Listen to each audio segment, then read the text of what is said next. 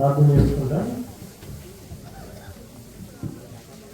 ప్రేమలిగిన మాతండి, మీకు ఎంతో వందనాలు చెల్లిస్తున్నాము.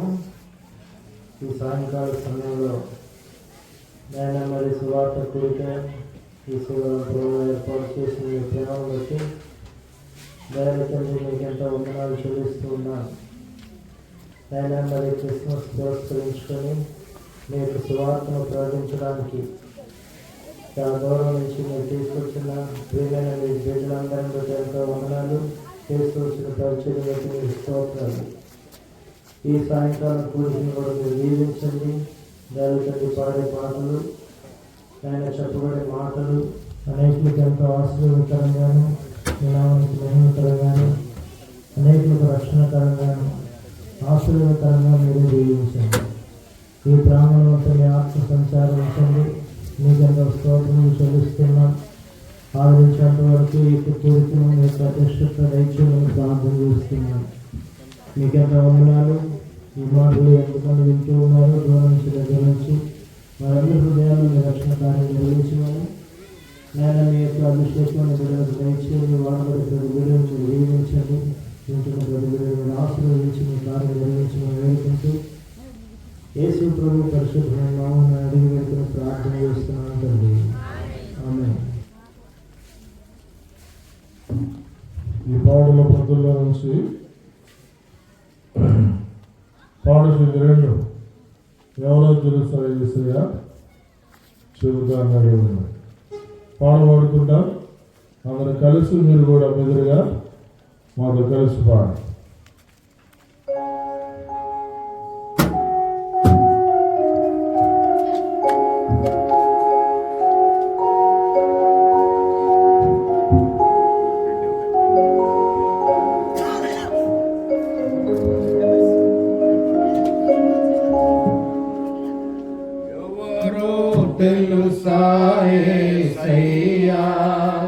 చెబుతా నేడు వినవయ్యా, పెడ చెవి పెట్టక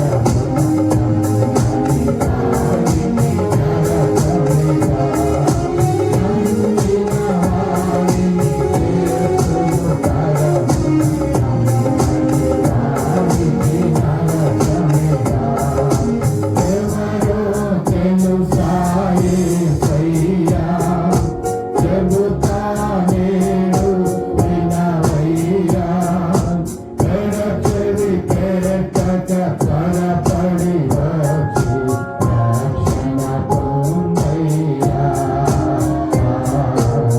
రక్షణ పొందయ్యా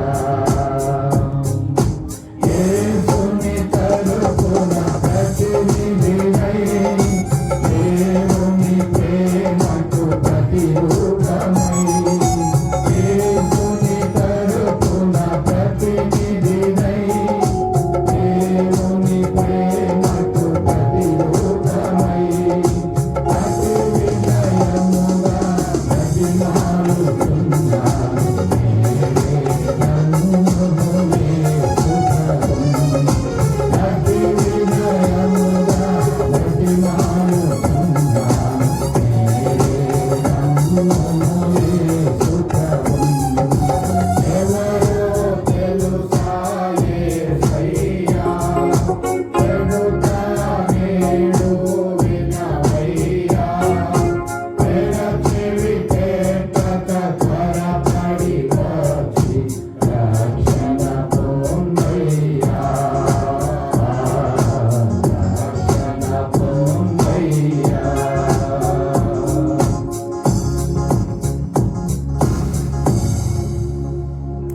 ఇదే పాడల బుద్ధుల నుంచి పాఠశాల 3 ఇదే పాడల బుద్ధుల్లో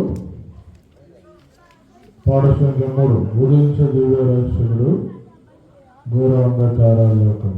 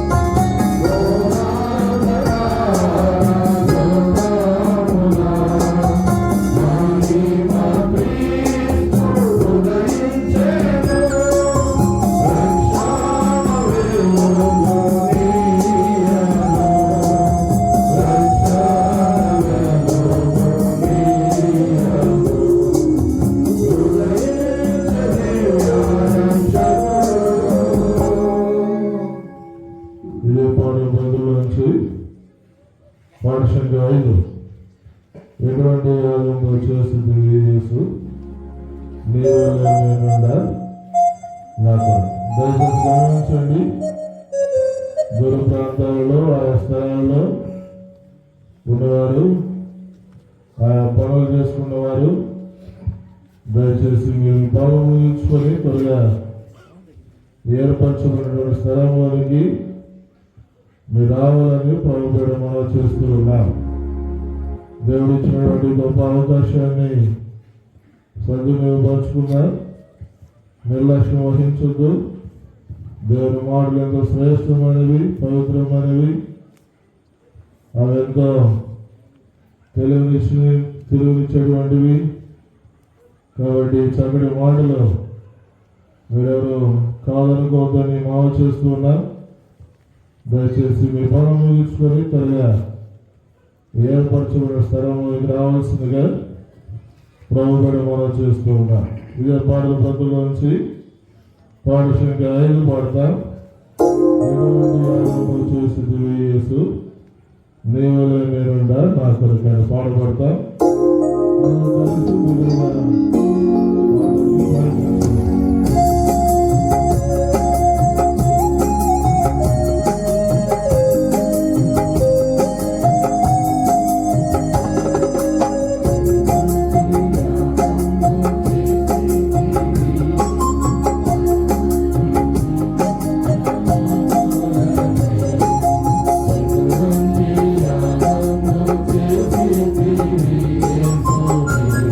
Hallelujah.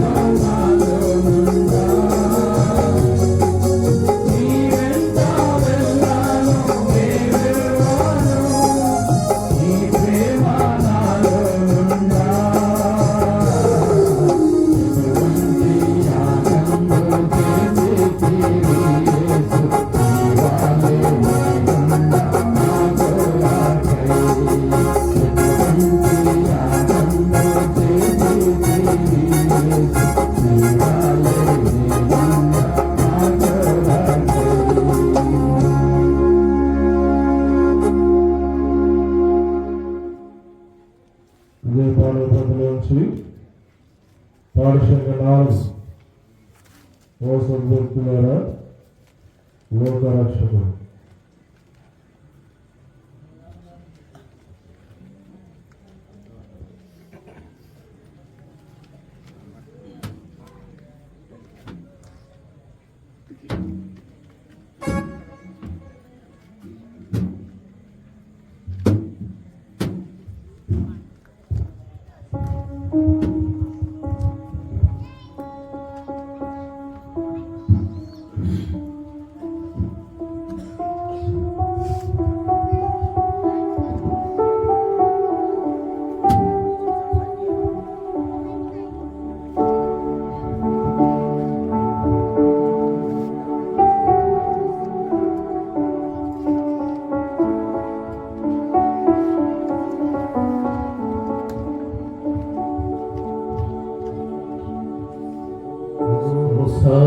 సద్భక్తులారా లోకరక్షకుడు మందు నేడు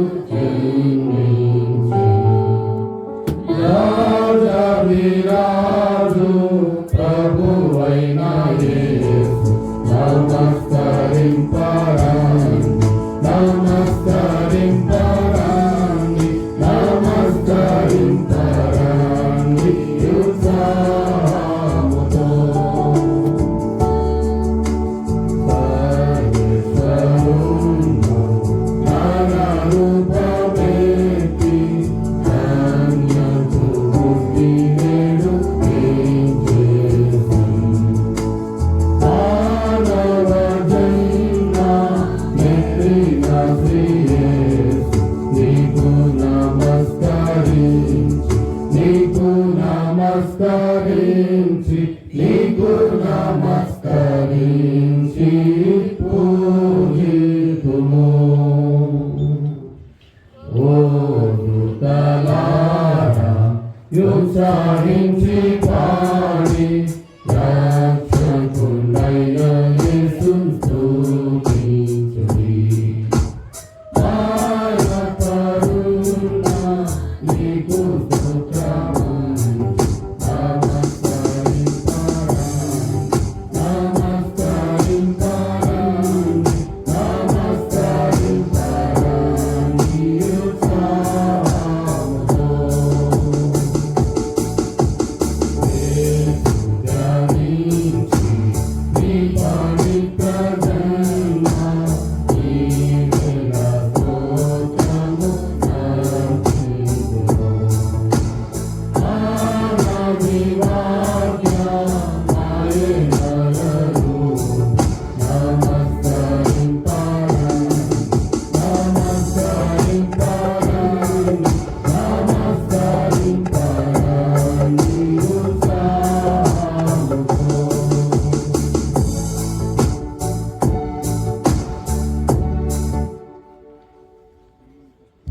మరోసారి పడుతున్న ఇదే పాటను రాగవారి కూడా వ్యవస్థ కలిసి ఈ పాఠానికి ప్రయత్నం చేయండి. ఇదే పాటను మరో పాట పాఠశాల 4.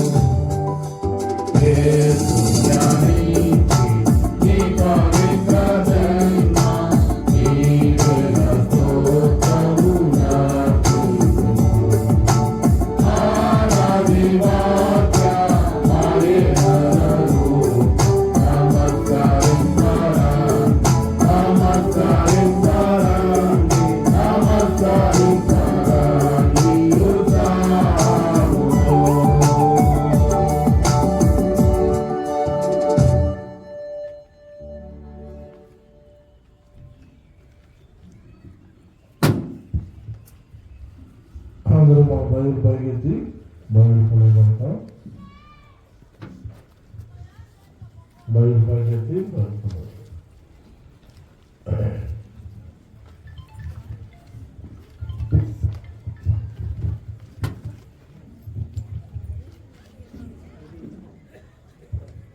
అందరూ నిలబడితే మంచిది అనిపిస్తారు. నిలబడతావా?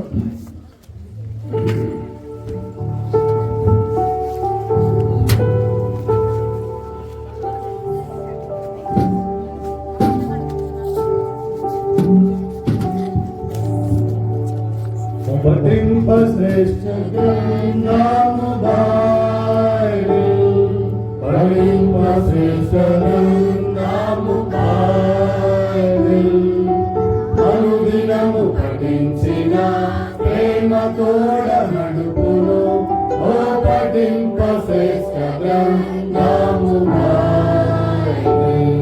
The best book to read is the Bible. The best book to read is the Bible. If you read it every day, it will help you all the way. Oh, the best book to read is the Bible. दुनिया में सबसे प्यारी पुस्तक Bible, दुनिया में सबसे प्यारी पुस्तक बाइबल। पढ़े जो उसको रोज पढ़ो, साथ में खतरा कोई न हो, वो दुनिया में सबसे प्यारी पुस्तक बाइबल। ఇలా చేసి కూర్చోండి.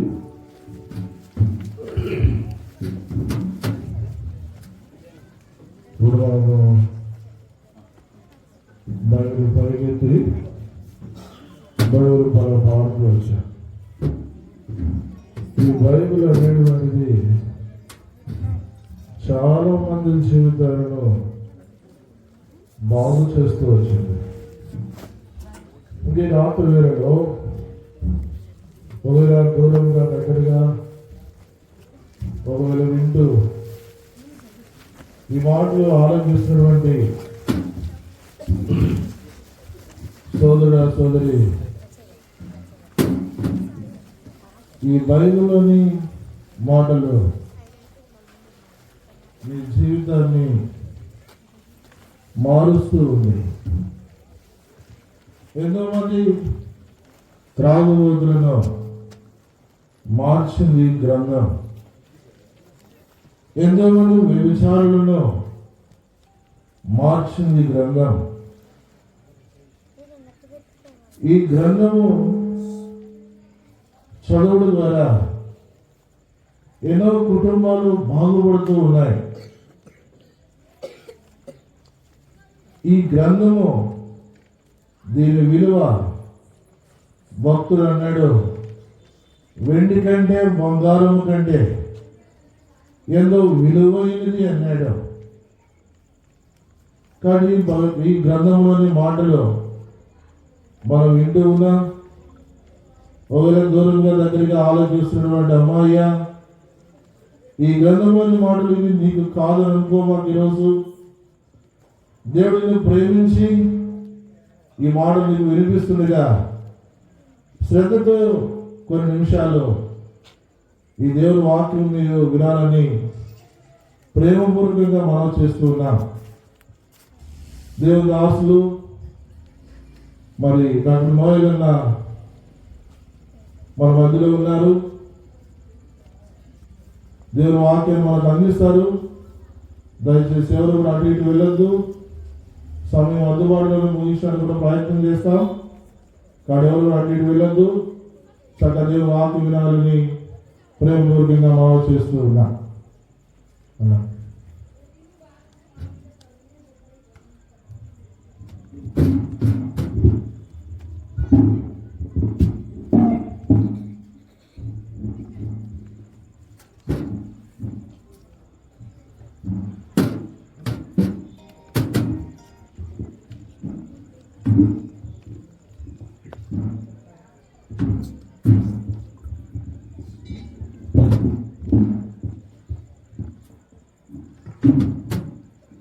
ప్రభువైన యేసుక్రీస్తు వారి నామములో మీకందరికీ శుభములు.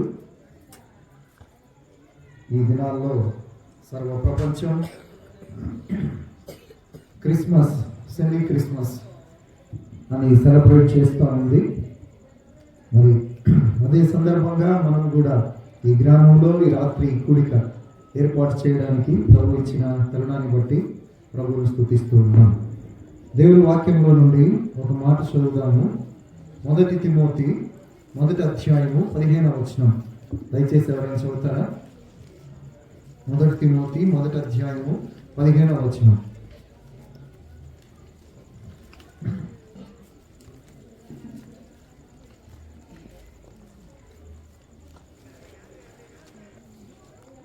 చదవండి ఎవరైనా. పాపులను రక్షించుటకు క్రీస్తు యేసు లోకమునకు వచ్చెను. చాలు, ప్రార్థన చేసుకుందాం.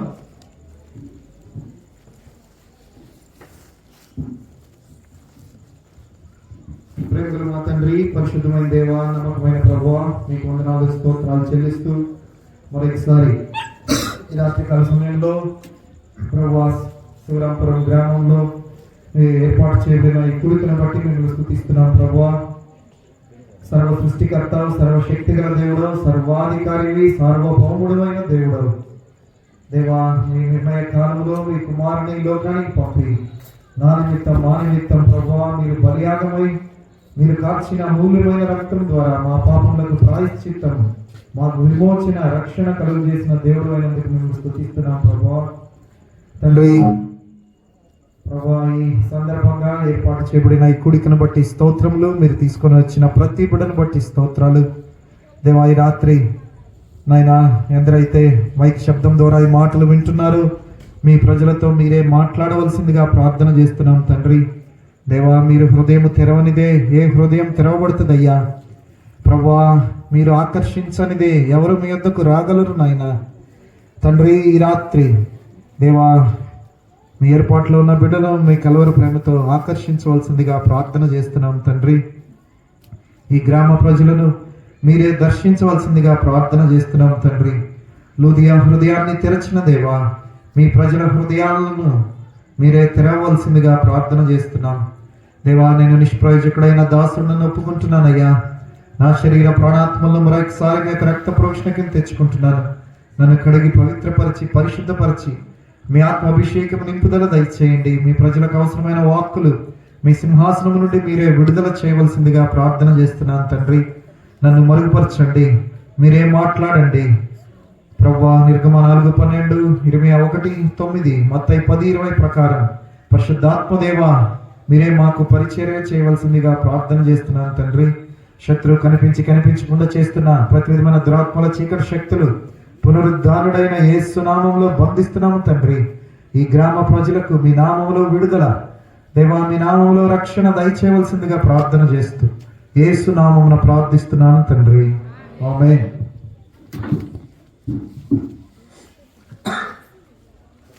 మనం చదువుకున్న వాక్య భాగం, పాపులను రక్షించుటకు క్రీస్తు యేసు ఈ లోకమునకు వచ్చెను.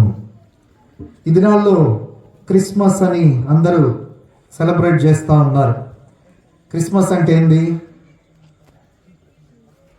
చెప్పండి? యేసు ప్రభు జన్మించాడు, పుట్టాడు. యేసు ప్రభు పుట్టాడా వచ్చాడా? ఎప్పుడు పుట్టాడు ఆయన? 2000 సంవత్సరాల క్రితం. అంటే అంతకుముందు ఆయన లేడా?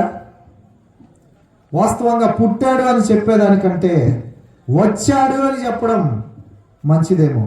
అందుకే మనం చదివిన వాక్య భాగంలో ఏమనుంది? పాపులను రక్షించుటకు క్రీస్తు యేసు ఈ లోకమునకు వచ్చెను.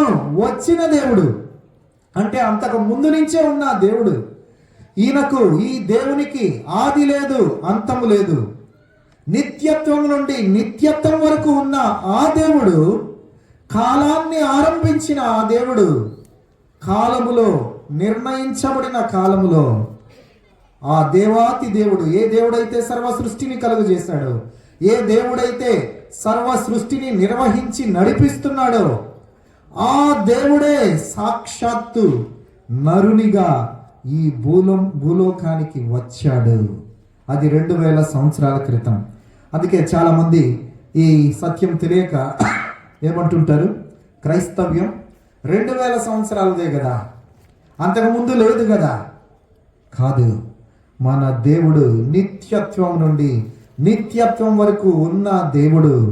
అయితే ఆయన 2000 సంవత్సరాల క్రితం ఈ లోకానికి వచ్చాడు. ఎట్లా వచ్చాడు? నరరూపిగా వచ్చాడు. నీలాగా నాలాగా ఆయన ఈ లోకానికి మనవలే వచ్చాడు. దానినే క్రిస్మస్ అని మనం సెలబ్రేట్ చేసుకుంటున్నాం. ఇదేదో గాంధీ జయంతి లాగో, ఇదేదో అంబేద్కర్ జయంతి లాంటిది కాదు. ఇది ఇంకొక క్రీస్తు జయంతి కాదు. మనం చెప్పుకున్న వీళ్ళందరూ మనుషులే. వాళ్ళు మనలాగనే ఈ లోకంలో పుట్టారు, చనిపోయినారు. కానీ యేసుక్రీస్తు దేవాతి దేవుడు, సృష్టికర్త అయిన దేవుడు నరవతారం ఎత్తి నీలాగా నాలాగా ఈ లోకంలోనికి ఆయన జన్మించాడు. సృష్టికర్త ఈ భూమిలో నడిచాడు. అదే క్రిస్మస్ అంటే.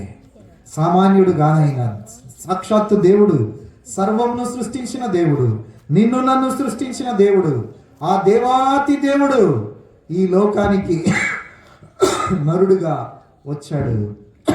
అంతకు ముందు ఉన్నాడు, ఇప్పుడు ఉన్నాడు, యుగ యుగములకు ఉండేవాడు.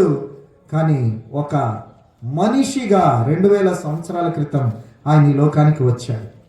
అయితే ఆయన ఈ లోకానికి వస్తాడు, పుడతాడని ఆయన రాకముందే ఎన్నో వేల సంవత్సరాలకు ముందే ప్రవచనాలు ఉన్నాయి. దేవుడే తన ప్రవక్తల ద్వారా మాట్లాడాడు, నేను వస్తాను. మనం చూస్తే యెషయా గ్రంథంలో కన్యక గర్భవతి అయి కుమారుని కనును కదా. మనందరం కూడా ఎట్లా పుట్టాం? మనందరం స్త్రీ పురుషుల కలయికతో పుట్టినవారు. మనందరం జన్మతోనే పాపులం. అయితే యేసు ప్రభు వారిని గురించి ఏం రాయబడింది? ఆయన స్త్రీ సంతానం, పురుషుని ప్రమేయం లేకుండా దేవాతి దేవుడు పరిశుద్ధాత్మ వలన మరియ గర్భం ధరించి ఆయన ఈ లోకానికి వచ్చిన ఆ దేవుడు ఏ వాగ్దానాలు అయితే ఆయన చేశాడో, నేను వస్తాను అని, ఆ వాగ్దానం నెరవేర్చడానికి 2000 సంవత్సరాల క్రితం దేవాతి దేవుడే నరునిగా ఈ లోకానికి వచ్చాడు. ఆయన ఎక్కడ జన్మించాడు? ఎక్కడ? పశువుల పాకలో జన్మించాడు. అంతేకాదు, ఒక పేద కుటుంబం, వడ్రంగి వాని కుటుంబంలో ఆయన జన్మించాడు. ఈ ప్రపంచంలో ఎవరికైనా ఏ ఇంట్లో పుట్టాలి అనే ఒక నిర్ణయం తీసుకోగలిగిన శక్తి ఉందంటే మనకు ఎవరికైనా ఉందా? మనం ఎవరైనా నిర్ణయించామా? నేను ఏ కుటుంబంలో పుట్టాలి, ఎప్పుడు పుట్టాలి, ఏ తల్లిదండ్రులకు పుట్టాలి, లేకపోతే స్త్రీగా పుట్టాలా, పురుషులుగా పుట్టాలా అని నిర్ణయించగలిగిన శక్తి మనకి ఎవరికీ లేదు. అయితే ఆ శక్తి కలిగిన ఒకే ఒక వ్యక్తి ఆయనే యేసు ప్రభు. ఆయన ఏం నిర్ణయించుకున్నాడు? ఒక రాజు భవనంలో జన్మించడానికి ఆయన నిర్ణయించుకోలే. ఒక ధనవంతుని ఇంట్లో జన్మించడానికి ఆయన నిర్ణయించుకోలే. ఆయన ఒక పేద కుటుంబంలో, సామాన్యమైన వడ్రంగవాని కుటుంబంలో జన్మించడానికి ఆయన నిర్ణయించుకునే ఆ రీతిగా ఒక పేద కుటుంబంలో ఆయన పుట్టాడు. పశువుల పాకలో ఆయన పుట్టాడు. ఒకవేళ ఆయన అనుకొని ఉంటే ఒక 5 స్టార్ హాస్పిటల్లో ఆయన జన్మించి ఉండవచ్చు. కానీ ఆయన నిర్ణయించుకుంది ఒక పేద కుటుంబంలో, పశువుల పాకలో. ఎందుకంటే ఆయన నీలాగే నాలాగే మన వలె ప్రతి విషయంలో మన బలహీనతలన్నీ ఆయన సమానుభావం కలిగి ఉండాలని ఆయన ఇష్టపడి ఆ రీతిగా జన్మించిన దేవుడు. ప్రియమైన సహోదరి సహోదరుడా, ఈ రాత్రి నువ్వు అనుకుంటుండొచ్చు, ఆ దేవుడి వల్ల నాకు లాభం ఏంటి? ఆ దేవుడికి నా బాధ అర్థమవుతుందా? ఆ దేవుడికి నా కన్నీరు అర్థమవుతుందా? ఆ దేవునికి నా కష్టం అర్థమవుతుందా? దేవుడు ఉంటే ఎక్కడున్నాడు? నాకెందుకు సహాయం చేయట్లేదు? ఆ దేవుడు ఎక్కడో ఉన్నాడు, ఆయనకి ఏమీ అర్థం కాదు. ప్రియమైన సహోదరి సహోదరుడా, బైబిల్ ఏం చెప్తుందంటే ఆయన నీ వలె నా వలె ప్రతి విషయంలో మన ప్రతి బలహీనత ఆయన ఎరిగిన దేవుడు. ఇదే మనం హెబ్రీయులకు రాసిన పత్రిక 4వ అధ్యాయంలో 12 వచనం చదవండి ఎవరైనా.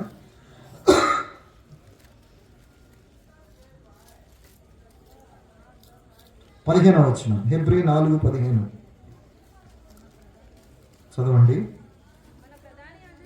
మన ప్రధాన యాజకుడు మన బలహీనతల యందు మనతో సహానుభావము లేనివాడు కాడు గాని సమస్త విషయముల్లోనూ. కాబట్టి మన ప్రతి బలహీనత ఆయనకు తెలుసు. ఈరోజు నువ్వు దిగులులో కన్నీటితో ఉన్నావా?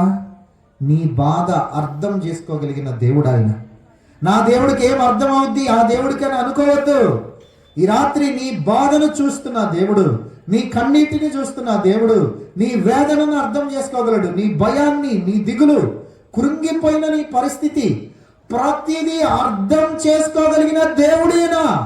ఈయనెక్కడో పరలోకంలో ఉండి ఆకాశంలో ఉండి సింహాసనం మీద కూర్చున్న దేవుడు కాదు. మన వలనే ప్రతి బలహీనత ఆయన ఎరుగును.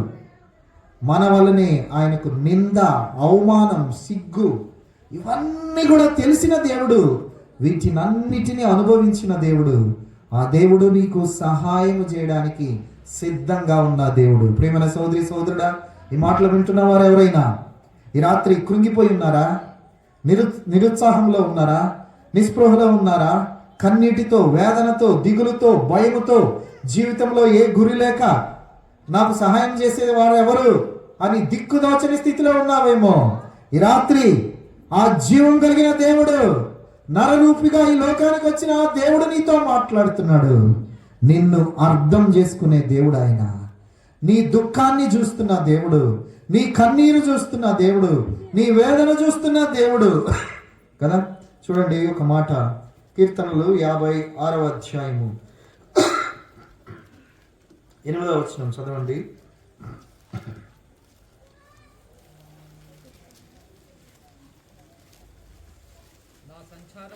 నా సంచారములను నీవు లెక్కించి ఉన్నావు. నా కన్నీళ్లు నీ బుడ్డిలో ఉంచబడి ఉన్నవి. అవి నీ కవిలలో కనబడను కదా. దేవుడు అంటున్నాడు, నీ కన్నీళ్ళన్నీ నేను నా బుడ్డిలో ఉంచుతున్నాను. అంతేకాదు, అవి ఆయన పుస్తకం కవిలలో ఆయన రికార్డు చేస్తా ఉన్నాడు. ప్రియమైన సోదరి సోదరుడా, నువ్వు ఊరకనే మనుషుల దగ్గర ఏడవద్దు. మనుషుల దగ్గర సానుభూతి కోసం నీ దుఃఖాన్ని పంచుకోవద్దు. ఒకవేళ కొంచెం సేపు ఏదో వారు సానుభూతి చూపిస్తే చూపిస్తారు. ఒకవేళ నిన్ను హేళన చేయొచ్చు, అవమానం చేయొచ్చు, నిన్ను చిన్న చూపు చూడొచ్చు. కానీ నీ దుఃఖం, నీ వేదన, నీ కన్నీరు నువ్వు ఎక్కడ గార్చాలంటే ఆ దేవుని సన్నిధిలో. ఎందుకో తెలుసా? నేను ప్రకటిస్తున్న ఈ దేవుడు, యేసు ప్రభు, నిన్ను అర్థం చేసుకునే దేవుడు, నీ బాధను అర్థం చేసుకునే దేవుడు. అంతేకాదు, నీ కన్నీరు బుడ్డిలో పట్టుకునే దేవుడు ఆయన. నా బిడ్డ ఫలానా రోజు నా సన్నిధిలో తన ఆత్మను కుమ్మరించి కన్నీరు కార్చింది, కన్నీరు కార్చాడు అని ఆయన నోట్ చేసుకుంటాడు, రికార్డు చేసుకుంటాడు తన పుస్తకంలో. తగిన సమయంలో నీకు సహాయం చేసే దేవుడు. నీ బలహీనతల్లో సహానుభావం లేని దేవుడు కాదు. నీ వలె ప్రతి విషయంలో బాధను అనుభవించిన దేవుడు, దుఃఖాన్ని అనుభవించిన దేవుడు, కన్నీరు కార్చిన దేవుడు, నింద అవమానం పొందిన దేవుడు. ఆ దేవుడు నిన్ను అర్థం చేసుకోగలిగిన దేవుడు. కాబట్టి ప్రియమైన సోదరి సహోదరుడా, ఆయన ఈ భూలోకంలో జీవించిన కాలములో మన వలెనే ప్రతి విషయంలో నువ్వు ఏ ఏ ఇబ్బంది ద్వారా వెళ్తున్నావో, ఏ ఏ శ్రమల ద్వారా వెళ్తున్నావో, ఏ నింద అవమానం ద్వారా వెళ్తున్నావో, వాటన్నిటి ద్వారా, బైబిల్ అబద్ధం కాదు, బైబిల్లో రాయబడింది, ప్రతి విషయంలో ఆయన మన బలహీనతల్లో సహానుభవం, సమానుభవం కలిగిన దేవుడు. ఆ దేవుని సన్నిధిలో ఈ రాత్రి నీ దుఃఖం ఏంటో, నీ వేదన ఏంటో, నీ కన్నీరేంటో ఆయన సన్నిధిలో నువ్వు కుమ్మరిస్తే ఆయన నీకు సహాయం చేయడానికి సిద్ధంగా ఉన్నాడు. అందుకే ఈ రాత్రి నీతో మాట్లాడుతున్న దేవుడు. అయితే మనందరం కూడా ఈ లోకంలో బ్రతుకుతూ ఉన్నాం. మనందరికీ ఒక గోల్ ఉంది. ఏమని? నేను అట్లుండాలి, ఇట్లుండాలి. చిన్నపిల్లలకైతే డాక్టర్ అవ్వాలి, ఇంజనీర్ అవ్వాలి, ఇంకొంతమందికి సేవకులు అవ్వాలి, పెద్ద మందిరం కట్టాలి, పెద్ద సేవ చేయాలి, పరిచర్య చేయాలి. ఇలాంటి మనకి గోల్స్, ఉద్దేశాలు, మన ఆలోచనలు ఉంటాయి. అయితే యేసు ప్రభు ఈ లోకానికి ఎందుకు వచ్చాడు? ఆయన ఎందుకు పుట్టాడు? ఆయన చనిపోవడానికే పుట్టాడు. ఆయన ప్రాణం పెట్టడానికి వచ్చాడు. ఇంకా ఏ కారణం కాదు. ఆయన ఈ లోకానికి వచ్చిందే చనిపోవడానికి కదా. చూడండి ఒక మాట,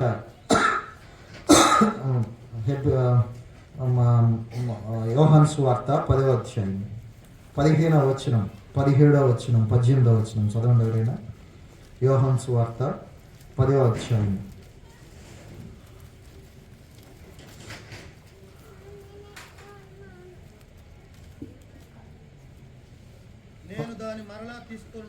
నేను దాన్ని మరలా తీసుకున్నట్లు నా ప్రాణము పెట్టుచున్నాను. తర్వాత 17వ వచనం, ఎవడును నా ప్రాణము తీసుకొనడు, నా అంతట నేనే దాన్ని పెట్టుచున్నాను, దాన్ని పెట్టుటకు నాకు అధికారం కలదు. చాలు. యేసు ప్రభు అంటున్నాడు, నా ప్రాణం నేను పెట్టడానికి వచ్చాను, నా అంతటా నేనే పెడుతున్నాను. 15వ వచనం ఒకసారి 15 కూడా చదవండి. తండ్రి నన్ను ఎలాగూ ఎరుగును, నేను తండ్రిని ఎలాగూ ఎరుగుదును, అలాగే నేను నా గొర్రెలను ఎరుగుదును, నా గొర్రెలు నన్ను ఎరుగును, మరియు గొర్రెల కొరకు నా ప్రాణము పెట్టుచున్నాను. నా ప్రాణం పెడుతున్నాను. నేను చనిపోవటానికే వచ్చాను. ఎవరు నా ప్రాణం తీయలేరు. నా అంతట నేనే నా ప్రాణాన్ని పెడుతున్నాను. దాన్ని పెట్టడానికి నాకు అధికారం ఉంది, దాన్ని తీసుకోవడానికి నాకు అధికారం ఉందని యేసు ప్రభు చెప్తా ఉన్నాడు. ప్రియమైన సోదరి సోదరుడా, ఆయన ఈ లోకానికి వచ్చింది చనిపోవడానికే వచ్చాడు. ఆయన ఏకైక ఉద్దేశం అదే. ఎందుకు ఆయన చనిపోవాల్సి వచ్చింది? ఎందుకు ఆ ప్రభు చనిపోవాలి? ఎందుకు చనిపోవాల్సి వచ్చిందంటే, మానవులమైన నువ్వు నేను మనందరం మన ఇష్టానుసారంగా దారి తొలగిపోయి మనం పాపములో జీవిస్తూ మన ప్రయాణం మరణం వైపు ఉంది. అదే బైబిల్ చెప్తా ఉంది, వారందరూ గొర్రెల వలె త్రోవ తప్పిపోయినారు.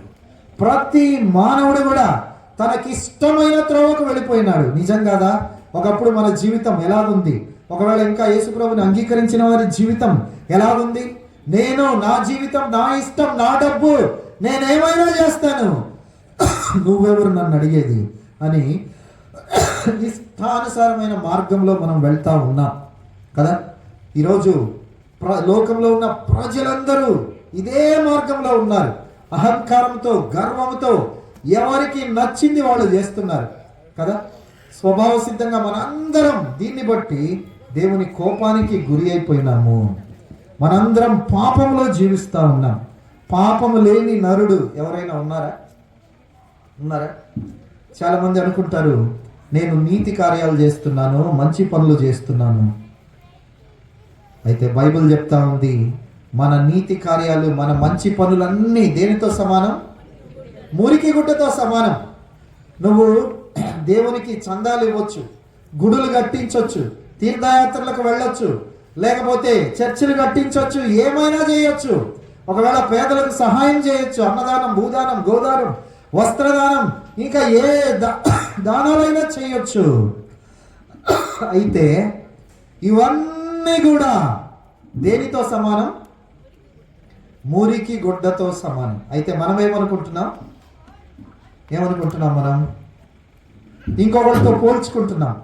వాడి మురికి గుడ్డ కంటే నాకంత లేదు. మీకు అర్థం అవడానికి చూడండి, బైక్ మెకానికల్ చూశారు కదా ఎప్పుడైనా? వాళ్ళ దగ్గర ఏముంటాయి? గ్రీజు గుడ్లు ఉంటాయి. గ్రీజు గుడ్డలు చూసారా బైక్ మెకానిక్ దగ్గర? ఏ రంగులో ఉంటాయి అవి?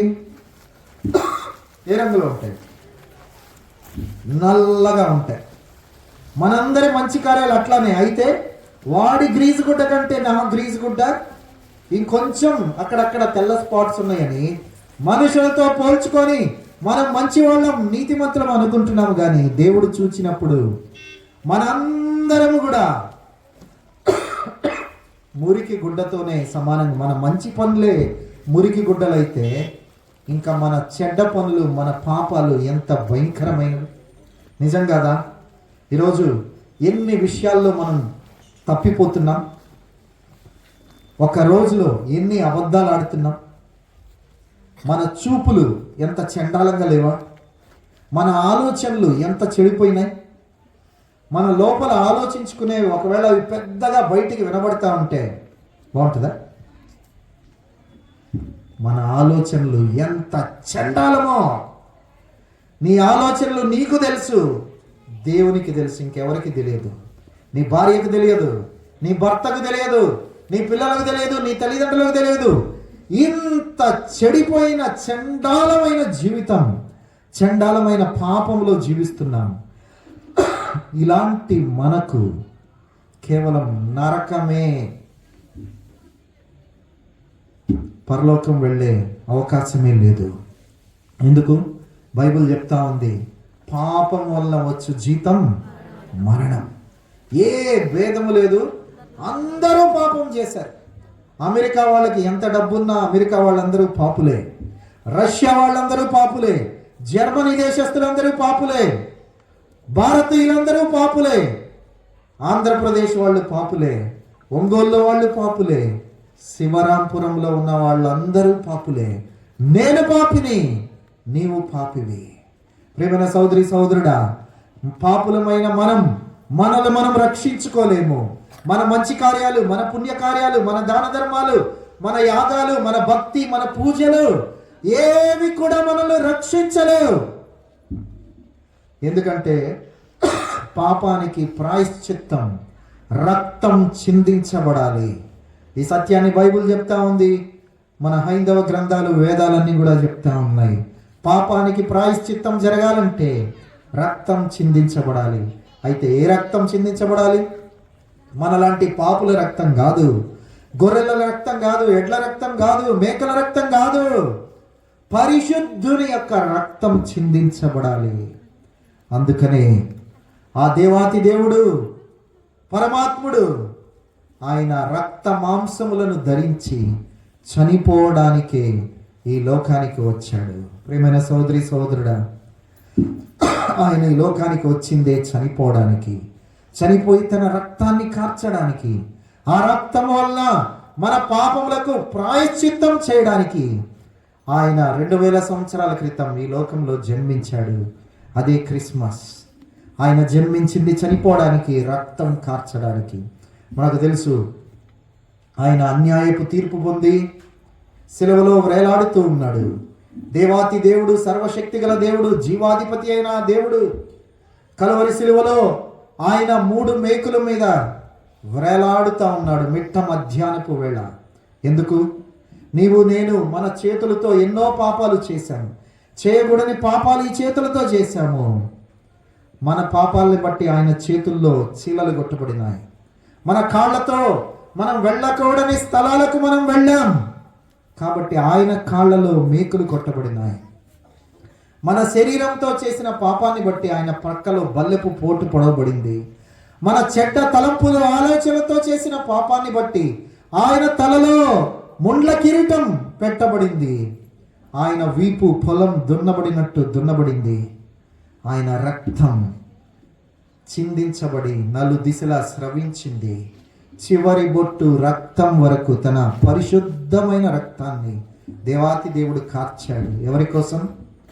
నా కోసం, నీ కోసం, మన పాప పరిహారార్థం. ఆయన చెప్తున్నాడు, నా ప్రాణాన్ని నేనే పెట్టాను, ఎవరు తీసుకోవట్లే. అది పెట్టడానికి నాకు అధికారం ఉంది, దాన్ని తీసుకోవడానికి నాకు అధికారం ఉంది. చాలామంది ఈ సత్యం తెలియక ఏమంటున్నారు? చేతగాని దేవుడు, 3 మేకులు పీక్కోలేని దేవుడు. 3 మేకులు పీక్కోలేని దేవుడు కాదైనా.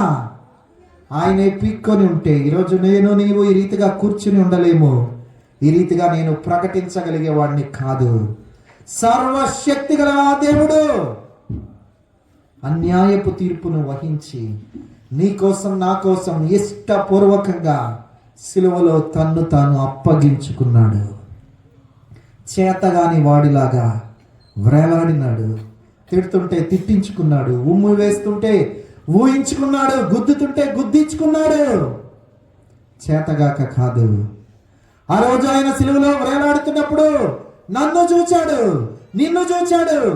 మనల్ని చూస్తూ ఆయన మౌనంగా చేతగాని వారిలాగా వ్రేలాడినాడు. చివరి బొట్టు రక్తం వరకు కార్చాడు. ప్రేమైన సహోదరి సహోదరుడా, ఆ దేవుడు చేతగాని దేవుడు కాదు. ఇష్టపూర్వకంగానే నిన్ను నన్ను రక్షించడానికి ఆ సిలువలో మనల్ని చూస్తూ మన కోసం ఆయన సిలువలో వ్రేలాడినాడు. తన చివరి బొట్టు రక్తం వరకు ఆయన కార్చి సిలువలో మరణించాడు. అంతేకాదు, మరణించడమే కాదు, ఆయన సమాధి చేయబడినాడు. ఆయన 3వ దినమున చెప్పిన రీతిగా, ఆయన ముందుగానే చెప్పిన రీతిగా మరణాన్ని జయించి తిరిగి లేచిన దేవుడు ఆయన. ఆయన సజీవుడైన దేవుడు. ఈరోజు సిలువలో వేలాడుతున్న దేవుడు కాదైన సజీవుడైన దేవుడు. ఆ దేవుణ్ణి ఈ రాత్రి మేము ప్రకటిస్తూ ఉన్నాం. ఈ సిలువను గుర్చిన వార్త నశించుచున్న వారికి వెర్రితనంగా ఉందేమో, కానీ రక్షింపబడుచున్న వారికి దేవుని శక్తిలాగా ఉండేది. ప్రియమైన సహోదరి సహోదరుడా, ఈ రాత్రి మాటలు వింటున్న వారు ఎవరైనా సరే ఈ దేవుణ్ణి నువ్వు తెలుసుకోవాలి. ఈ దేవుడు నీ సృష్టికర్త. ఒక్కడే దేవుడు. దేవుళ్ళు ఎంతమంది ఉన్నారండి? ఒక్కడే కదా. హైందవులకు ఒక దేవుడు, ముస్లింలకు ఒక దేవుడు, క్రిస్టియన్స్కి ఒక దేవుడా? అట్లయితే ఒక్కొక్కరు ఒక్కొక్క రకంగా ఉండాలి. మనందరికీ లోపల ఒకటే రకమైన రక్తం ఉంది, ఒకే రకమైన అవయవాలు ఉన్నాయి.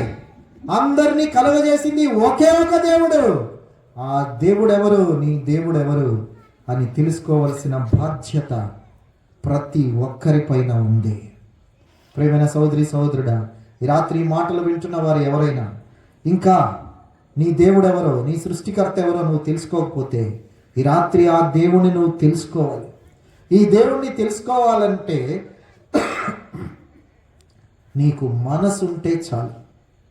నా దేవుడు ఎవరు, నా సృష్టికర్త ఎవరు అని తెలుసుకోవాలనే మనసు ఉంటే చాలు. ఇంకా వేరే ఏం అవసరంలా. చూడండి, ఇదే దేవుని వాక్యం బైబిల్ చెప్తా ఉంది. అపోస్తుల కార్యములు 17వ అధ్యాయము. అపోస్తుల కార్యములు 17వ అధ్యాయము 24 నుండి చదవండి ఎవరైనా.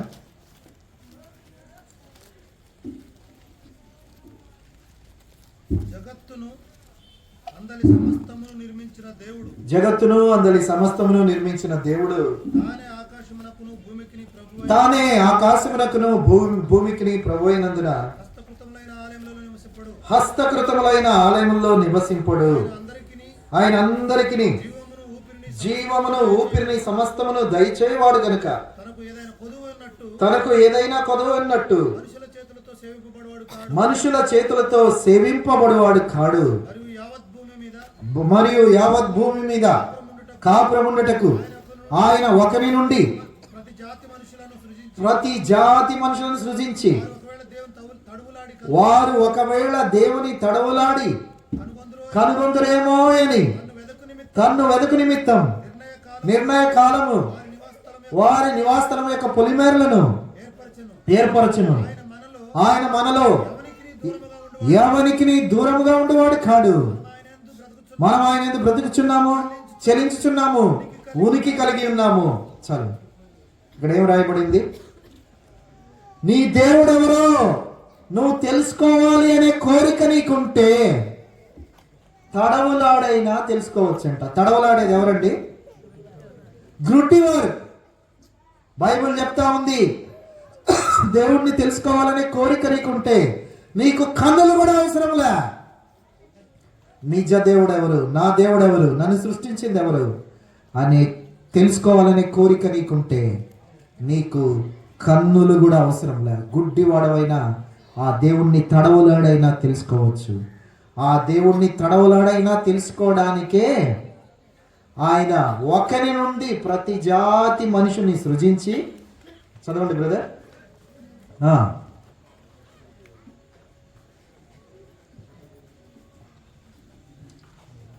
ఆయన ఒకరి నుండి ప్రతి జాతి మనుషులను సృజించి వారు ఒకవేళ దేవుని తడవులాడి తెలుసుకొందరేమో అని తన్ను వెదకు నిమిత్తం నిర్ణయ కాలమును నివాస స్థలము యొక్క పొలిమేరలను ఏర్పరచును. ఈ వాక్యం ఏం చెప్తా ఉందంటే, ఇక్కడున్న మనమందరం ఎప్పుడు పుట్టాలి అని దేవుడు నిర్ణయం చేశాడు. ఆయన నిర్ణయం చేసిన రోజు మనందరం పుట్టాం. అంతేకాదు ఎక్కడ పుట్టాలని కూడా ఆయన నిర్ణయం చేశాడు. ఈ శివరాంపురంలో నువ్వు పుట్టాలని దేవుడు నిర్ణయం చేశాడు. ఫలానా కాలంలో పుట్టాలని నిర్ణయం చేశాడు. మన పొలిమేరలు ఏంటి అని ఆయన నిర్ణయం చేశాడు. మన ఇంటి పక్కన వాళ్ళు ఎవరుండాలని నిర్ణయం చేశారు. ఇవన్నీ ఎందుకు చేశాడంటే, ఎట్లయినా నువ్వు ఆ దేవుణ్ణి తెలుసుకోవాలి, తడవులాడైనా ఆ దేవుణ్ణి తెలుసుకోవాలని. ఈ కాలంలో నిన్ను పుట్టించింది ఆ దేవుడే, ఈ గ్రామంలో నిన్ను పుట్టించింది ఆ దేవుడే, ఈ రాత్రి మీటింగ్ సిద్ధపరిచింది ఆ దేవుడే, ఈ రాత్రి మాటలు నీకు వినిపింపజేస్తుంది ఆ దేవుడే. ఎందుకు? ఎట్లయినా నీ సృష్టికర్త అయిన ఆ దేవుణ్ణి నువ్వు తెలుసుకోవాలని దేవుడు నిన్ను ప్రేమించి ఈ రాత్రి ఈ కూడికను నీ కోసమే ఏర్పాటు చేశాడు. ప్రియమైన సోదరి సోదరుడా, క్రిస్మస్ అంటే ఏంది? క్రిస్మస్ అంటే మనకి ఏం గుర్తొస్తుంది? ఏం గుర్తొస్తుంది? కేక్ గుర్తొస్తుంది. Very good. ఇంకా స్టార్ గుర్తొస్తుంది. ఇంకా క్రిస్మస్ ట్రీ. ఇంకా శాంటా క్లాస్. ఇంకా ఇంకేంటి? ఇంకా లైట్లు, డెకరేషన్, ఇంటికి సున్నం కొట్టడం, అది ఇది. ఇంకా వంటలు, అరిసెలు, కజ్జికాయలు, డోనట్స్. ఇంకా ఇంటి పండుగ, ఒంటి పండుగ కదా. కానీ ప్రియమైన సోదరి సోదరుడా, దేవుని ఉద్దేశం అది కాదు. ఎట్లయినా నీ దేవుడెవరు, నీ సృష్టికర్త ఎవరు అని నువ్వు తెలుసుకోవాలి. అందుకే దేవుడు ఈ కూడికను ఈ రాత్రి ఏర్పాటు చేశాడు. ఈ రాత్రి ప్రశ్న ఏంటంటే, నిన్ను సృష్టించిన దేవుడు ఎవరు నీకు తెలుసా? ఆయన్ని తెలుసుకోవాలనే కోరిక నీకుంటే నీ కన్నులు కూడా అవసరం లేదు. అందుకే ఆ దేవుడు ఈ రాత్రి నీతో మాట్లాడుతూ ఉన్నాడు. తెలుగులో ఒక సామెత ఉంది. ఏమని? ఊళ్ళో పెళ్ళికి కుక్కల హడావిడి అంటే అర్థమైందా? ఎక్కడన్నా ఊర్లో పెళ్లి జరుగుతూ షామ్యానా వేస్తే ముందు అక్కడ వచ్చి హడావిడి చేసేది ఎవరు చెప్పరు? కుక్కలు. అట్లనే దేవుడి పేరు పండగని అడ్డం పెట్టుకొని హడావుడి చేస్తున్నావే కానీ దాని పరమార్థం నీకు అర్థమైందా? ప్రియమైన సహోదరి సహోదరుడా, ఒకవేళ నువ్వు క్రైస్తవ కుటుంబంలో జన్మించుండొచ్చు, క్రైస్తవేత్తరగా కుటుంబంలో జన్మించుండొచ్చు. ప్రశ్న ఏంటంటే, ఈ క్రిస్మస్ యొక్క పరమార్థం నీకు అర్థమైందా? ఆ దేవాతి దేవుడు సృష్టికర్త పరమును వీడి ఆ నిర్ణయ కాలంలో 2000 సంవత్సరాల క్రితం ఈ భూలోకానికి ఎందుకు వచ్చాడు? ఆ సత్యం నీకు అర్థం కాకపోతే, ఆయన ఎందుకు ఈ లోకానికి వచ్చాడు, ఎందుకు బ్రతికాడు, ఎందుకు చనిపోయాడు, అది నీకు అర్థం కాకుండా నువ్వు స్టార్ పెట్టినా, చెట్లు పెట్టినా, లైట్స్ వేసినా, డెకరేషన్ చేసినా, ఏమేమి చేసినా అంత వ్యర్థమే. ఊళ్ళో పెళ్లికి కుక్కల హడావిడే. ప్రియమైన సోదరి సోదరుడా, నిజమైన క్రిస్మస్ నీ జీవితంలో, ఒక్కొక్కరి జీవితంలో జరగాలంటే ఆ రోజు ఈ లోకంలో కన్యమరియ గర్భంలో జన్మించిన ఆ దేవుడు, ఆయన ఈ లోకంలో పుట్టింది చనిపోవడానికి. చనిపోయాడు. ఆయన తన పని అంతా చేసి ముగించాడు. నీ కోసం, నా కోసం చనిపోయాడు. అయితే ఆయన ఏమి ఇష్టపడుతున్నాడంటే, ఆయన మరలా నీ హృదయంలో పుట్టాలని ఇష్టపడతా ఉన్నాడు. ఈ రాత్రి ప్రశ్న ఏంటంటే, ఈ మాటలు వింటున్న వారిలో ఎంతమంది హృదయంలో ఆయన పుట్టాడు? ఆయన నీ హృదయంలో పుట్టకపోతే, నీ జీవితంలో పుట్టకపోతే, నువ్వు నేను చేస్తున్న క్రిస్మస్కి ఏమి అర్థమే లేదు. కుక్కల హడావుడే. ప్రియమైన సోదరి సోదరుడా, ఆయన ఈ రాత్రి నీ హృదయంలో పుట్టడానికి ఇష్టపడతా ఉన్నాడు. నువ్వు సిద్ధమేనా? మన హృదయం ఎట్లా ఉంది? బైబిల్ ఏం చెప్తా ఉంది? హృదయం అన్నిటికంటే మోసకరమైంది, అది ఘోరమైన వ్యాధి గలది, దాన్ని గ్రహింపగలవాడేవాడు. మన హృదయంలోంచి ఎంత చండాలమైన విషయాలు వస్తాయి. దొంగతనము, మోసము, అన్యాయము, అక్రమము, వ్యభిచారము, జారత్వము, ఇవన్నీ మనిషి హృదయంలో నుంచి వస్తూ ఉన్నాయి. నిజం కాదా? నా హృదయం మంచిది అని ఎవరైనా చెప్పగలరా? మన హృదయం చెడిపోయింది, ఘోరమైన వ్యాధి గలది, పాపం వల్ల చెడిపోయింది కదా. ఈ పాపం ఎంత భయంకరమైందంటే, ఎయిడ్స్ వ్యాధి తెలుసా మీకు? హెచ్ఐవి తెలుసు కదా అందరికీ. ఎయిడ్స్ మా సామాన్యమైన వ్యాధి, ఘోరమైన వ్యాధి? ఘోరమైన వ్యాధి. అయితే పాపం అనేది ఎయిడ్స్ కంటే, హెచ్ఐవి కంటే ఎంతో భయంకరమైంది. ఎందుకో తెలుసా? ఒకవేళ ఈ లోకంలో నీకు హెచ్ఐవి ఉండొచ్చు, ఎయిడ్స్ ఉండొచ్చు, కానీ యేసు ప్రభువుని అంగీకరించి యేసయ్యని హృదయంలో పుడితే నువ్వు పరలోకంలో ఉండగలవు. కానీ పాపాన్ని పెట్టుకొని పాపంతోనే చనిపోతే పరలోకానికి వెళ్ళలేవు. అందుకే పాపం అన్నిటికంటే ఘోరమైన వ్యాధి. మన హృదయం పాపం వల్ల చెడిపోయింది. యేసయ్య ఈ రాత్రి ఆ హృదయంలో పుట్టాలని ఇష్టపడతా ఉన్నాడు. ఆ హృదయాన్ని కావాలని అడుగుతా ఉన్నాడు. బైబిల్లో ఒక మాట ఉంది, నా కుమారుడా నీ హృదయము నాకిమ్ము, నా కుమార్తె నీ హృదయము నాకిమ్ము. ఏ హృదయం ఇది? మంచి హృదయమా? ఘోరమైన వ్యాధి, కుళ్ళిపోయింది, చెడిపోయింది, బహు చండాలం. ఇలాంటి హృదయాన్ని యేసుప్రభు అడుగుతున్నాడు.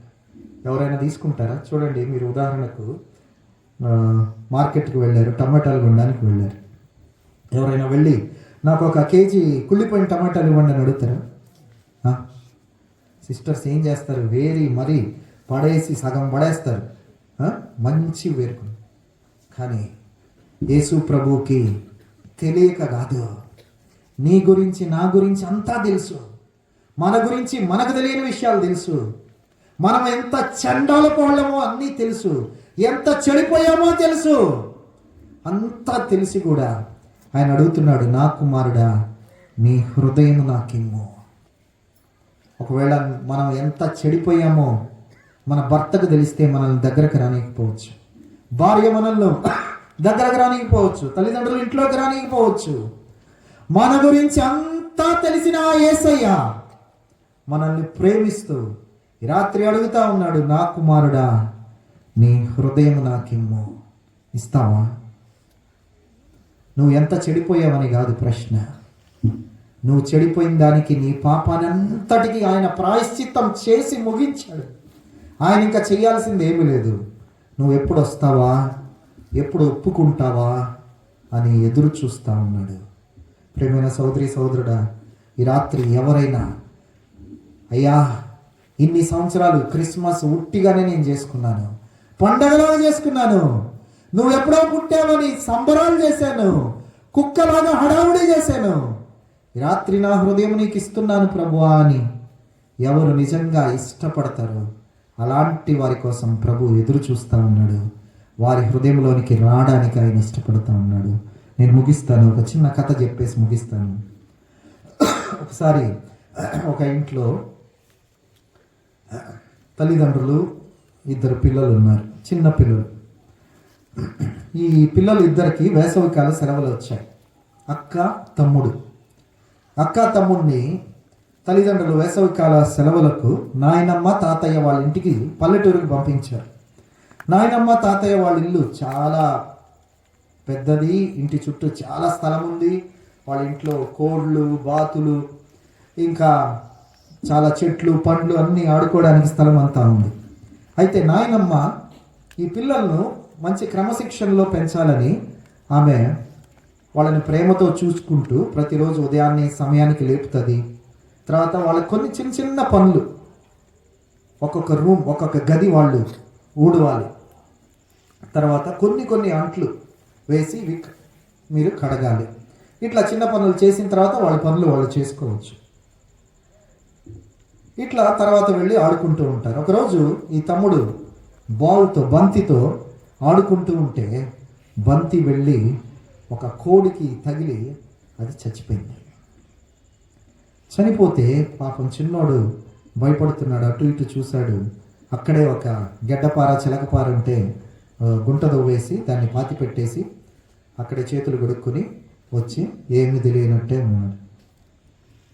సరే, ఆ రోజు రాత్రి భోజనం అయిపోయిన తర్వాత వాళ్ళ నాయనమ్మ ఇద్దరికి కొన్ని అంట్లు వేసి కడగండి అనింది. తమ్ముడు కడిగేశాడు, వెళ్ళిపోబోతుంటే అక్క నింది, రే నాయకుడు కడుగు. అక్క నేను కడిగేశాను, నేను వెళ్తున్నా అంటే కో అని. కో అంటే ఇప్పుడు భయపడిపోయాడు. అమ్మా ఎవరికి తెలియదు అనుకున్నాం, మా అక్క చూసిందేమో. పాపం భయపడుతూ కడిగేశాడు. మరుసటి రోజు ఉదయం తన గది తాను ఊడ్చేశాడు. అక్క ఊడవలేదు, వెళ్ళిపోతూ ఉంటే ఆడుకోవడానికి, నా గది కూడా ఊడు, లేదక్క. మళ్ళీ కో. భయపడుతూ అక్క పనులు చేస్తూ ఉన్నాడు. 2 రోజులు అయిపోయింది. 3వ రోజు ఐస్ క్రీమ్ బండి వచ్చింది ఇంటి బయటకు. తాతయ్య ఇద్దరికి 2 చిన్న ఐస్ క్రీమ్స్ కొనిచ్చాడు. తమ్ముడు ఒకటి తిన్నాడు, 2వది తినకపోతుంటే అక్క మళ్ళీ, రే అది కూడా నాకు ఇవ్వు. లేదక్క నీకున్నాయి కదా 2, నాది నేను తింటానంటే మళ్ళీ కో. భయపడిపోయి ఐస్ క్రీమ్ కూడా ఇచ్చాడు. తట్టుకోలేకపోతున్నాడు. చిన్నోడు ఏడుస్తూ తాతయ్య దగ్గరకు వచ్చాడు. ఏడుస్తూ నిలబడినాడు. చెప్పు నాన్న అంటున్నాడు తాతయ్య. ఇప్పుడు చెప్పాడు ఏడుస్తూ, తాతయ్య 3 రోజుల క్రితం నేను బాల్తో ఆడుకుంటుంటే బంతి తగిలి కోడి చనిపోయింది అని పెద్దగా ఏడ్చేశాడు. తాతయ్య దగ్గరకు తీసి గట్టిగా కౌగలించుకొని, నాన్న ఇల్లంతా నీదే, ఇక్కడ ఏం జరిగినా పర్వాలేదు, నువ్వేం బాధపడొద్దు. 3 రోజుల క్రితం నువ్వు ఆడుకుంటూ ఆ బంతి కోడికి తగలటం, కోడి చనిపోవటం నేను చూశాను. నువ్వు గుంట తీసి దాన్ని పాతి పెట్టడం నేను చూశాను. నువ్వు చేతులు కడుక్కొని రావడం నేను చూశాను. ఈ 3 రోజులు మీ అక్క పెట్టిన టార్చర్ కూడా నేను చూశాను. కానీ నువ్వు ఎప్పుడు వస్తావా నా దగ్గరకు, ఎప్పుడు ఒప్పుకుంటావా అని నేను ఎదురు చూస్తున్నాను. ఈ రోజు నుండి మీ అక్క నిన్ను టార్చర్ పెట్టలేదు, నువ్వు వెళ్ళిపో, సంతోషంగా ఉండు, ఆడుకొని తాతయ్య పంపించాడు. ప్రియమైన సహోదరి సహోదరుడా, ఈ రాత్రి నేను ప్రకటిస్తున్న యేసు ప్రభు నిన్ను నిందించటానికి లేడు, నీపైన నేరం మోపడానికి లేడు, నిన్ను శిక్షించడానికి లేడు. నీ శిక్షనంతా ఆయనే భరించాడు. నువ్వు ఎందుకు ఇలా చేసావని కూడా నిన్ను అడగడు. నువ్వు ఎప్పుడు వస్తావా అని ఎదురు చూస్తూ ఉన్నాడు. ప్రియమైన సహోదరి సహోదరుడా, నీ ప్రతిస్పందన ఏంటి? ఈ రాత్రి ఆ దేవుని స్వరం నువ్వు వింటూ ఉంటే, ఆయన నీ హృదయంలో పుట్టాలి అనే కోరిక నీకుంటే, నువ్వు ఉన్న పాటున చిన్న ప్రార్థన చేసుకో. యేసు ప్రభువా, నేను పాపినయ్యా, ఎన్నో పాపాలు చేశాను, ఎన్నో సంవత్సరాలుగా చేశాను, ఎవరికీ తెలియదు అనుకున్నాను, నీకు అన్నీ తెలుసు నాయనా, అన్నీ తెలిసి కూడా నన్ను ప్రేమిస్తున్నావయ్యా. నీ నుండి ఎన్నో సంవత్సరాలు దూరంగా ఉండి ఎన్నో క్రిస్మస్లు చేసుకున్నాను.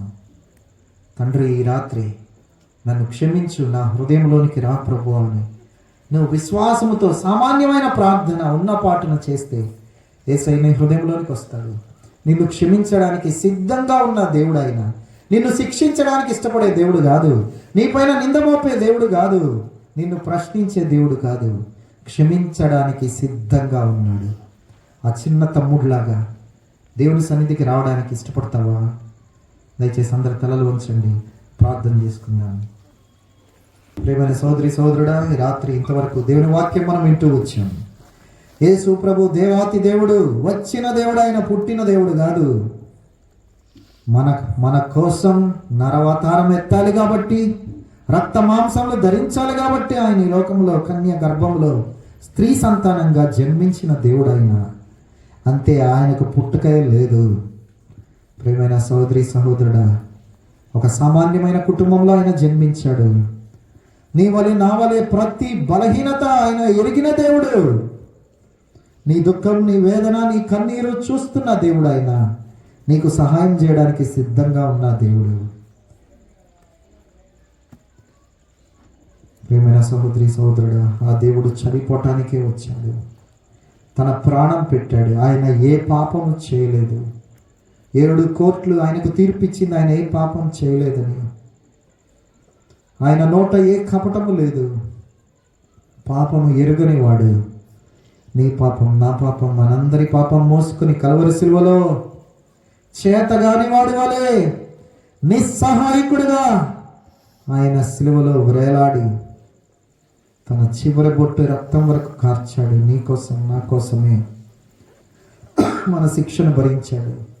ప్రియమైన సహోదరి సహోదరుడా, ఈ రాత్రి ఆయన నీ నుండి, నా నుండి కోరుతా ఉంది ఒక్కటే, చెడిపోయిన నీ హృదయం, నా హృదయం. ఈ రాత్రి ఆ దేవునికి నీ హృదయం ఇవ్వడానికి సిద్ధంగా ఉన్నావా? నా కుమారుడా, నీ హృదయం నాకివ్వు అంటున్నాడు. ఇంకెంతకాలం ఇలాంటి అర్థం లేని క్రిస్మస్లు చేసుకుంటావు? నిజమైన క్రిస్మస్ నీ జీవితంలో జరగాలి. ఆ దివ్య రక్షకుడు, సృష్టికర్త నీ హృదయంలో జన్మించాలి. నీ పాపంలో ఒప్పుకున్న దినం అది జరుగుతుంది. అది ఇదే, నేడే రక్షణ దినం. ఈరోజు నువ్వు ఎక్కడ ఉన్నా నీ పాపాలన్నీ ప్రభు సన్నిధిలో ఒప్పుకో. యేసు ప్రభువా, ఆ చిన్న తమ్ముడులాగా నీ సన్నిధికి వస్తున్నానయ్యా, నా పాపాలు ఒప్పుకుంటున్నానయ్యా, నన్ను క్షమించు ప్రభువా. ఈ నా చేతులతో ఎన్నో పాపాలు చేశాను. నా చేతులతో నేను చేసిన పాపాల కోసం నీ చేతుల్లో చీలలు కొట్టబడినాయి. నా కాళ్ళతో నేను పోకూడని స్థలాలకు వెళ్ళానయ్యా, నీ కాళ్ళల్లో మేకులు కొట్టించుకున్నావు. నా తలతో చెడ్డ తలంపుల ఆలోచనలతో చేసిన పాపాల నిమిత్తం నీ తలలో ముళ్ళ కిరీటం పెట్టబడింది, నీ వీపు దున్నబడింది, ఉబ్బివేయబడింది మీకు ముఖం మీద. ఆ శిక్ష భరించవలసింది నేనయ్యా. యేసు ప్రభువా, నన్ను క్షమించు నాయనా. నీ రక్తంతో నన్ను కడుగు ప్రభువా. నా హృదయంలోనికి రా నాయనా. నన్ను నీ బిడ్డగా చేసుకొని చిన్న ప్రార్థన విశ్వాసముతో నువ్వు చేస్తే యేసయ్య నీ హృదయంలోనికి వస్తాడు, నిన్ను తన బిడ్డగా చేసుకుంటాడు. నీ పైన నేరం మోపుడా దేవుడు, నిన్ను శిక్షించడానికి ఇష్టపడని దేవుడు. ఆయన శిక్షను భరించాడు. నీ ప్రతిస్పందన ఏంటి? ఎందుకు హృదయం కఠినం చేసుకుంటావు? ప్రభు కోసం నీ హృదయాన్ని తెరవు. అది నిజమైన క్రిస్మస్ నీ జీవితంలో జరుగుతుంది. ప్రార్థన చేసుకున్నాను.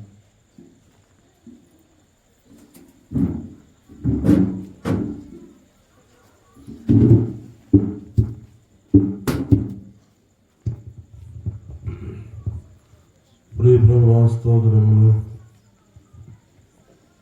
నీ వాసనలు పెట్టుకొని మా మధ్య తీసుకొచ్చిన నీ పవిత్రమైన నీ మాటను బట్టి నీ వందనములు, స్తోత్రములు చెల్లిస్తున్నా. నీవు మా కోసం పుట్టినవాడు కాదని, నీవు మా కోసమే వచ్చినవాడని ఎంతో తేటగా మీరు మాతో మాట్లాడుతూ వచ్చిన నీ ప్రతి మాటకి నీ వందనములు, స్తోత్రాలు. గౌరవంగా దగ్గరగా దేవుని వాక్యం ఆలకిస్తూ వచ్చిన వారి హృదయాలను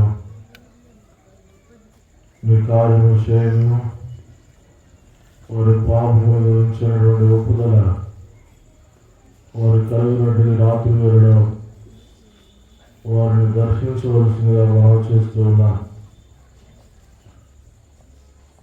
వారి నిర్మాణకుడిని వారి రాత్రి వేళలో తౌలాడి తెలుసుకుందరుగాక అని ప్రార్థన చేస్తున్నాం. వారి సృష్టికర్త దేవుణ్ణి వారు తెలుసుకుందరుగాక అని ప్రార్థన చేస్తున్నాం. దయ చూపించి దయకరించము.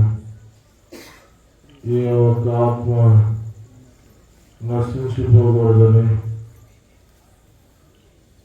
నీవు అనుగ్రహించిన మాటలు బట్టి వందనములు, స్తోత్రములు చెల్లిస్తున్నాను.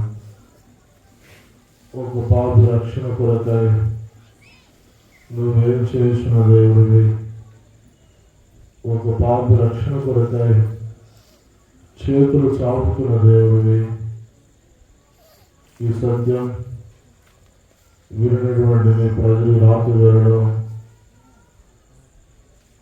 వారి పాపములను ఏదో ఒప్పుకొని క్షమాపణ పొందినట్టుగా సహాయం చేయండి.